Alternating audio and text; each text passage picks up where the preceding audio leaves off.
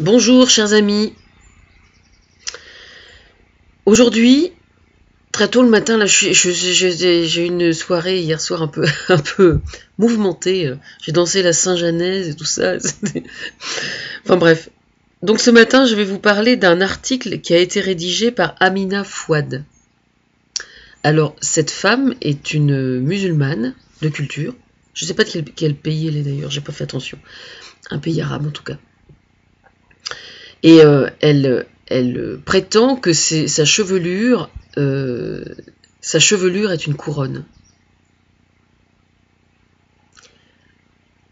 Je n'aurais pas espéré mieux comme argument. Vraiment. Je trouve ça juste génial. Et donc elle a rédigé un article. Juste absolument génial, quoi.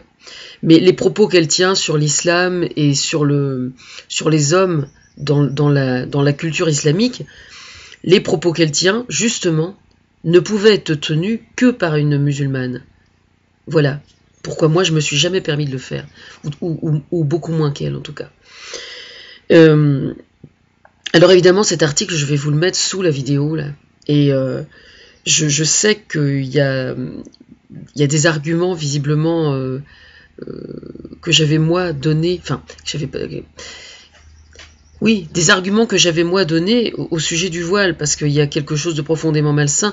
Je veux dire, quand un bébé naît, c'est précisément en plongeant son regard dans le regard de sa maman que son identité se forge.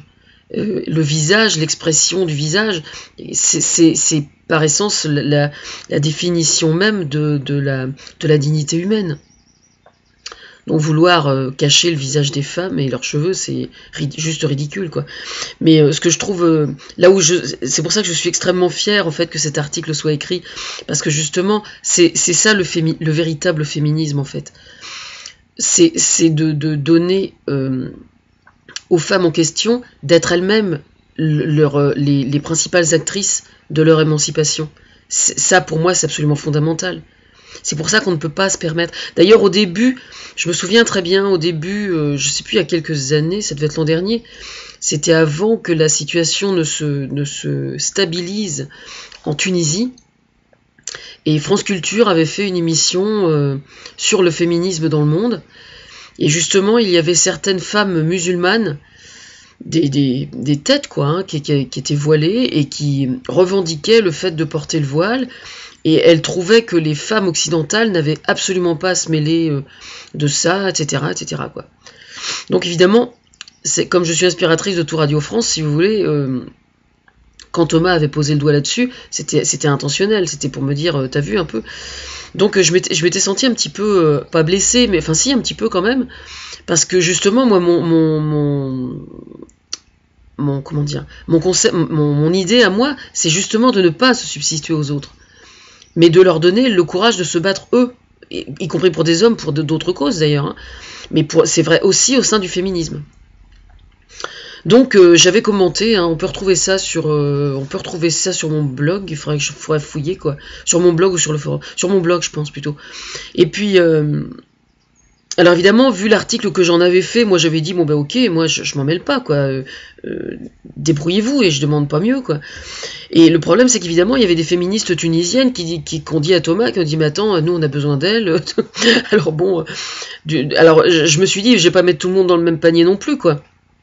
Moi je considérais que les arguments que j'avançais étaient des arguments parfaitement recevables, donc je trouvais que l'attaque était injustifiée, quoi. Voilà, je ne cherche pas à me substituer à qui que ce soit. Je considère que les gens qui ont besoin de se battre doivent venir éventuellement se nourrir de ce que je dis. Mais je n'ai pas moi à me substituer à eux. S'ils souhaitent eux que je prenne la parole pour les défendre, je le fais volontiers si ça va dans ma façon de voir les choses. Mais je n'ai pas moi à me substituer à quelqu'un. Je suis au contraire là pour donner l'énergie et pour montrer le chemin, éventuellement, quand c'est nécessaire. Je sais qu'il y a certaines causes que nous défendons, Thomas Fersen et moi, où je dois, moi, être beaucoup plus locomotive que dans d'autres secteurs, parce qu'il y a une nécessité de synthèse de synthèse accompagnée de mes lumières. Je pense évidemment à la lutte contre les agressions sexuelles, les viols, le harcèlement, la pédocriminalité, l'inceste. Sur ces choses-là, il est absolument certain, je suis parfaitement consciente qu'il n'y a que moi quasiment qui puisse mener le truc, quoi. Bon, mais là, je vais m'y coller. À chaque fois qu'on ne va pas pouvoir faire autrement, je vais le faire, hein. Soyez sans crainte, je vais le faire. Mais en l'occurrence, là, pour le voile, c'est vraiment l'exemple type de problème, en fait, où je n'ai pas, moi, à me substituer. Parce que elles sont tout à fait capables de le faire, tout simplement. Donc, elle s'appelle Amina Fouad. Et son article est juste absolument génial. Moi, je suis sur le cul et je trouve ça extraordinaire. Vraiment. Moi, je n'ai qu'une envie, en fait, si j'avais du pognon, c'est d'ouvrir des salons de coiffure, là-bas. Le jour où on trouvera des salons de coiffure partout, c'est ce qui n'empêche pas certaines musulmanes d'avoir envie de porter le voile de temps en temps. D'ailleurs, je pense que un des bons moyens de faire évoluer les choses là-bas, dans tous les pays musulmans, c'est de décoiffer ses cheveux, de décoiffer ses cheveux de façon temporaire, une fois de temps en temps comme ça. Voilà. Ne serait-ce que pour que l'entourage s'habitue petit à petit, puis petit à petit vous y allez de plus en plus souvent, quoi. Puis voilà. Comme ça, c'est moins traumatisant pour l'entourage, culturellement. Puis il faut que ça s'accompagne du reste, quoi. On appelle ça la diplomatie. Courage, mesdames. Courage. Quand Simone n'est pas là, Françoise veille.